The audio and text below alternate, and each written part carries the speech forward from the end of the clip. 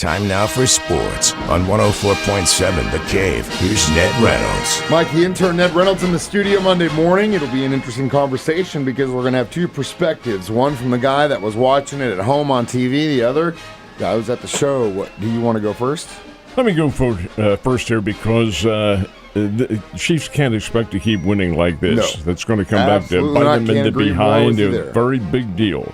Twice now, officials' decisions have really made the difference in the game. Last week, correct call. Guy's foot, or toe actually, is on the end line. Yesterday, an interference, late flag interference, on which the replay, I didn't see any interference at all. But then again, the official's there. You guys are there. I did not see any of it. Anyway, Harrison Butker booms through a 51-yard field goal, which he had to do, and the Chiefs get a 1-point win out of that. And in this game, I really was fascinated by Kansas City's offensive attack. Rushing is what made the difference. The Chiefs ran for 149 yards. Cincinnati ran for 74. But leading the Chiefs was Isaiah Pacheco, as you would expect, and he left the game with an ankle injury that has yet to be determined. He was on crutches, but I think that's precautionary more than anything else. How it worked out? Well, it worked out with the Chiefs win, a 1-point win, and now they go on the road for the first time this year. Now, your thoughts having been there? The first thing is, as far as officiating, I saw probably 3 times the Bengals jump off sides and never called it. The officiating overall was not great. I hate to see a game come down to officiating because it sucks and it is what it is, but they got to stop playing down to their opponent. That's the biggest thing that I have seen in the last, I know it's just been 2 weeks, but man, they're playing down to these opponents and that's going to burn you and it's going to bite you. And I have going into Atlanta, maybe they just weren't watching the Bengals as close as they should have. I have a feeling like yesterday, obviously the turnovers hurt, but there was if I had a feeling like that may have been on the coaches as much as it was on the players. I think so. I think the play calling had something to do with it. It was a difference in the way the Chiefs normally do play on offense, and Mahomes may not have been quite as comfortable doing that, relying on the running backs the way they did, but still, it comes away with a massive amount of yardage rushing-wise and not so great passing-wise. Well, that may have been brought about by Cincinnati's defense. I honestly don't know that. But I do know that Cincinnati is not as bad as their 2 losses would indicate. Mm-hmm. They're a good football team, and they will regroup and they will play well. Has me worried a little bit about Pacheco's injury because they do need him. Samaje Perine, in his glory years, the all-time leading rusher at Oklahoma, and many good years in the pros. And the other kid, Carson Steele, a good hard runner, but you better have the line in front of you, and you better have that running scheme intact. Still, you're right about the Atlanta Falcons. They play tonight, incidentally, against Philadelphia, and I think that's going to be a very good football game. But they're tough. And you have Kirk Cousins at quarterback, who your defensive backfield, which did not show particularly great yesterday, they were a little late on their coverage. Still, Cousins can pick them apart. Mm-hmm. And then again, Joe Burrow did yesterday too, and he's pretty good quarterback. I shudder to think about what that game would have looked like had they had a healthy T. Higgins in there too. And it would have been a different. Higgins did play a little bit, didn't he? I don't think so. Well, regardless of that, he's still banged up. Mm-hmm. And Chase, I thought, boy, you get flagged for arguing like that. Well, he didn't get flagged for arguing. He got flagged for the language that he used toward the official. And you can imagine the official said it was unacceptable. You know fully well what he was saying to him.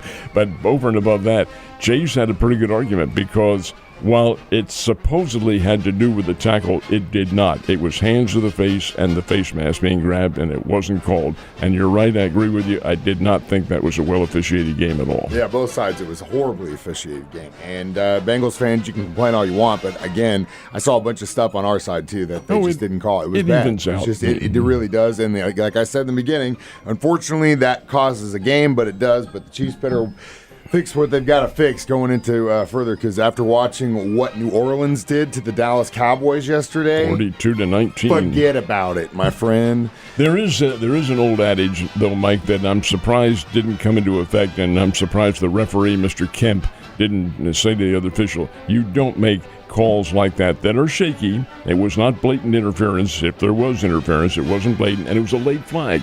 You don't do that with seconds remaining in the game. That just is not protocol. I think that's what that discussion was about, why they were all waiting. And what are we talking about here? What are we talking about here? A guy gets downgraded, I believe, in the officiating. Anyway, beside the point, Chiefs get the win. We'll see what happens, Ned. Now we are getting very, very close to the end of the regular season. We pretty much know that the Royals are hopefully going to make it in. Probably not going to win their division, but at least they're getting in with the wild card. They have 12 games remaining to the Kansas City Royals, and they are in very good shape. Now, they do trail Cleveland by 4 games in the race in the American League Central, so they're probably not going to overhaul the Guardians, not with that little time remaining. But the wild card, they're in very good stead.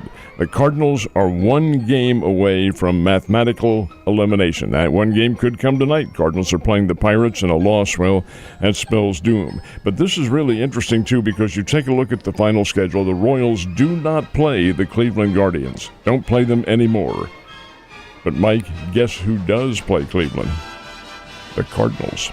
And they play them this weekend up in St. Louis, a 3-game series. Is it possible that St. Louis might be a big help to their cousins across the state? Could happen. You never can tell. Anyway, it's still a long way to go. Now, the Springfield Cardinals ended their regular season yesterday, and they ended it with a loss, 9-5, to the San Antonio Missions. Now, what the Cardinals do is get on the bus and don't come home. They go to Little Rock, Arkansas to start the playoff series tomorrow night against the Arkansas Travelers. 1 game in Little Rock, day off, and then Thursday and Friday here in town. Friday, if necessary, here in town. It's a best-of-3 playoffs, as is the championship round, and that is next weekend. So we'll see just exactly what happens. It should be just an awful lot of fun. Playoff race 2 for NASCAR was over the weekend as well. Who's in the points lead right now? Interestingly enough, the same guys, because the winner at Watkins Glen was not one of the individuals in the points race. Keep in mind now that when they have these NASCAR playoff races, all the drivers are involved. The field is full. It's 40 drivers, but there are only a few who are eligible for the NASCAR championship. Chris Buescher, who's not in that hunt for the points championship, did get the win, and he beat in overtime. This name is not familiar to many, many racing people here in this country. Shane Van Gisbergen. He is from New Zealand, and he is a world-renowned road racer. Now, he's on one of the teams, NASCAR teams, and anytime there's a road race, Van Gisbergen comes in here to run.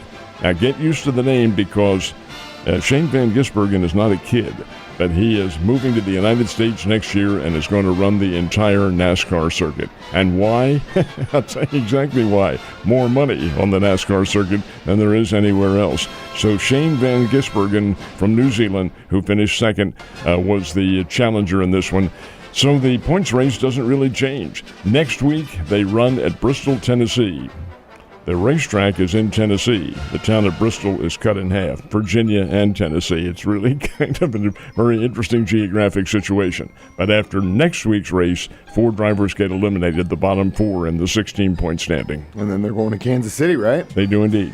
And a lot of my friends going up for that one. How did our local college football teams do this weekend? Bears got their first win. Missouri State held off a Lindenwood team they're not bad. Lindenwood can play the game. Bears won it 28-14. Missouri had a real struggle with Boston College, but did defeat the Boston College Eagles 27-21. Evangel was a 38-14 winner over Sterling. Now, Mike, I want you to digest this. Evangel's been in this league, the Kansas Athletic Conference. This is their second year. They've never lost a game. Wow. That tells you something. Yeah. It tells you 2 things. Evangel's pretty good, and that conference, well. Might not be as good.